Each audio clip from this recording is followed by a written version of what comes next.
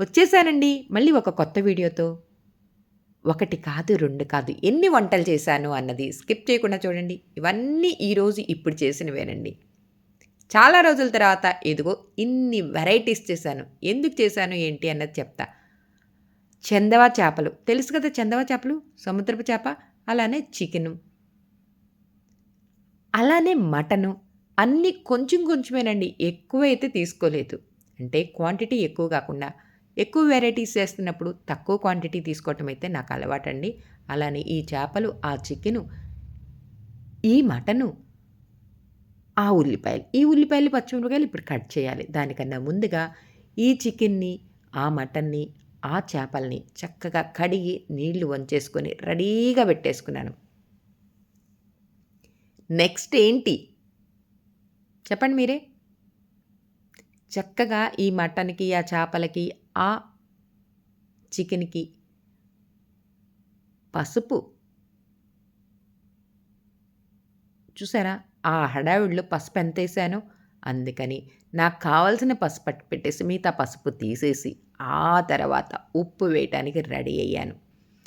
ఉప్పు గూడా అవకాశాన్ని బట్టి కళ్ళుప్పా, మెత్తటుప్పా అన్నది చూసుకోవాలి. ఇప్పుడు నేనేం చేస్తున్నాను, చికెన్‌కి, మటన్‌కి కళ్ళు ఉప్పు వేశాను. చేపలకి మెత్తటి ఉప్పు వేశాను. ఆ తర్వాత కారము. మనకి వంట చేయటం అలవాటుంటే కారం ఎంత పడుతుంది అన్నది ఒక అవగాహన ఉంటుందండి. దాని ప్రకారం కారం వేశాను.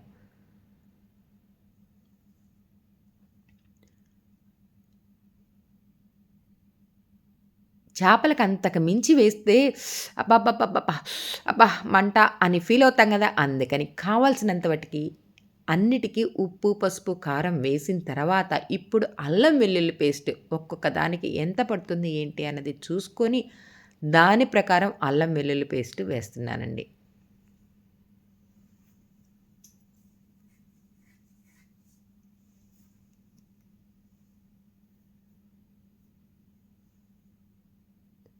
ఇప్పుడు ఇవన్నిటికి ఉప్పు, పసుపు, కారం, అల్లం వెల్లుల్లి పేస్ట్ కూడా వేయటమైన తర్వాత అప్పుడు మొదలుపెట్టేసేసానండి. ఈలోపు నేను ఇవన్నీ చేస్తూ ఉండంగా, "అత్తా" అంటూ మా కోడలొచ్చి, "నేను కలుపుతానుండత్తా" అనని చెప్పి ఇదిగో ఎలా చక్కగా హెల్ప్ చేస్తుందో మా కోడలి పిల్ల. మటన్‌ని కలిపిందా, ఇప్పుడు చికెన్‌ని కలుపుతుంది. చికెన్‌కి కూడా ఉప్పు, పసుపు, కారం మొత్తం మంచిగా పట్టేటట్టుగా కలిపి ఆ తర్వాత ఆ పక్కనే మెత్తటి ఉప్పు వేశాను. కళ్ళు ఉప్పు వేయలేదండోయ్ చేపల ముక్కలకు.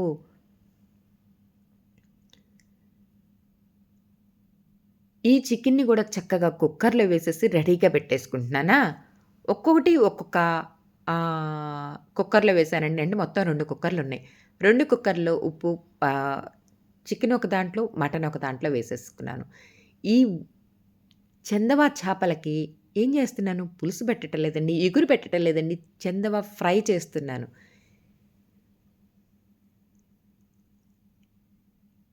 ఈ చేపలకి ఉప్పు, పసుపు, కారం, అల్లం వెల్లుల్లి పేస్ట్, కొంచెం అంటే కొంచెం గరం మసాలా ఏమేమి వేశానో చూసారు కదా! జీరా పౌడర్ వేశాను, ధనియా పౌడర్ వేశాను. అలానే గరం మసాలా వేశాను. చక్కగా అలా పట్టిచ్చేసి, ఆ తర్వాత ఇదిగో ఇంకొక బౌల్‌లోకి తీసి పెట్టాను. కరెక్ట్‌గా ఒక పావుగంట, అరగంట సేపు నాననిచ్చేస్తే సరిపోతుందండి. కావాలి అంటే కొంచెం అంటే కొంచెం నిమ్మరసం గూడా పిండుకోవచ్చు. నేనేం జేశాను, కొంచెం కొంచెం ఆయిల్ వేశాను, కొంచెం నిమ్మరసం గూడా వేశానండి. ఆ టైంలో వీడియో తీయటం మర్చిపోయాను. అలానే ఈ కుక్కర్‌లో మూత అదే మటన్ వేసేసి కుక్కర్ వేసేస్తున్నాను గదండీ! ఒకవైపు కుక్కర్ పెట్టేసాను. ఆ కుక్కర్ విజిల్స్ వచ్చేలోపు పొయ్యి మీద గిన్నె పెట్టాను. ఆయిల్ వేశాను. చెక్క, లవంగాలు వేశాను. ఆ తర్వాత ఉల్లిపాయలు, పచ్చిమిర్చి వేసి కొంచెం అంటే కొంచెం ఉప్పు కూడా వేసుకోవాలండి. మీరు కూడా ఇలానే చేసుకుంటారా? Mutton curry, mutton gravy curry చేస్తున్నానండి. ఎలా చేస్తున్నాను ఏంటి అన్నది స్కిప్ చేయకుండా చూస్తే మీకే తెలుస్తుందండి. నేను చేస్తున్న ఇన్ని వెరైటీస్ ఎందుకు చేశాను ఏంటి అన్నది చెప్తానండి. చూసారా? ఉల్లిపాయ, పచ్చిమిరపకాయలు, టమాటా వేసేసాను. కొంచెం ఉప్పు వేశాను. అలా మధ్య మధ్యలో మూత పెడుతూ హై ఫ్లేమ్, లో ఫ్లేమ్ పెడుతూ అలా వేయించేసుకోవాలి. ఈలోపు కుక్కర్స్ అంటే మటన్‌ని, చికెన్‌ని రెండిటిని కుక్కర్ వేసుకున్నాను.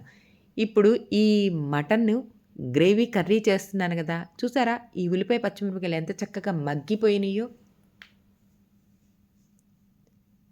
ఆల్రెడీ అల్లం వెల్లుల్లి పేస్టు ఈ మటన్ ముక్కల్లో వేశాను కాబట్టి ఇప్పుడు ప్రత్యేకంగా మళ్ళీ అల్లం వెల్లుల్లి పేస్ట్ వెయ్యాల్సిన పని లేదండి. ఆ కుక్కర్‌లో అడుగునున్న ఆ కొంచెం గ్రేవీలో కొంచెం అంటే కొంచెం నీళ్లు పోసేసి, ఆ నీళ్లు కూడా దాంట్లో వేసేసాను. ఇదేంటో తెలుసా? తోటకూర. కొయ్య తోటకూర. ఆల్రెడీ చాలా వీడియోసు మన ఛానల్‌లో అప్‌లోడ్ చేశానండి. చూడండి ఒక్కసారి విజిట్ చేసి చక్కగా ఈ తోటకూర ఎలా వండాను ఏంటి అన్నది వీడియోస్ ఉన్నాయి చూడండి. తోటకూరకి చక్కగా తాలింపు పెట్టేసుకొని పక్కన పెట్టేసుకున్నాను. ఈ మటన్ కర్రీ ఎంతవటికి ఉడికింది అన్నది గమనించుకొని, ఆ తర్వాత కొబ్బరి పేస్ట్ ఇష్టమైతే కొబ్బరి పాలు కూడా పోసుకోవచ్చు. నేనైతే కొబ్బరి పేస్ట్‌లో 4 అంటే 4 జీడిపప్పు కూడా వేసేసి, ఆ తర్వాత ఈ కూరలో వేసేసాను. ఆహ్, ఆ ఉ కూర ఉడికిందా లేదా అని ఎలా తెలుస్తది అంటే, ఒక్క 10 నిమిషాలు దాన్ని అలా వదిలేసేసి, లో ఫ్లేమ్ పెట్టేసేసుకొని మూత పెట్టేసేసుకోవాలి. ఆల్రెడీ కుక్కర్ వేసిన కూరే గదండీ! త్వరగానే ఈ కూర మగ్గిపోతుంది. ఒకవైపు చేపల వేపుడు చేస్తున్నాను. చూసారు కదా! స్టార్టింగ్ ఎప్పుడో చేశాను. చూసారు. ఒకవైపు చేపల వేపుడు, ఇంకోవైపు మటన్ కర్రీ, ఇంకోవైపు చికెన్ ఫ్రై చేస్తున్నాను. రెడీ అవుతున్నాను చికెన్ ఫ్రై చేయటానికి కూడా. 4 పొయ్యిలుంటే ఎంత సుఖమండి. 4 పొయ్యిల్లో 4 రకాలు పెట్టొచ్చు. ఇంకో పొయ్యి మీద అన్నం గూడా పెట్టేసేసాను.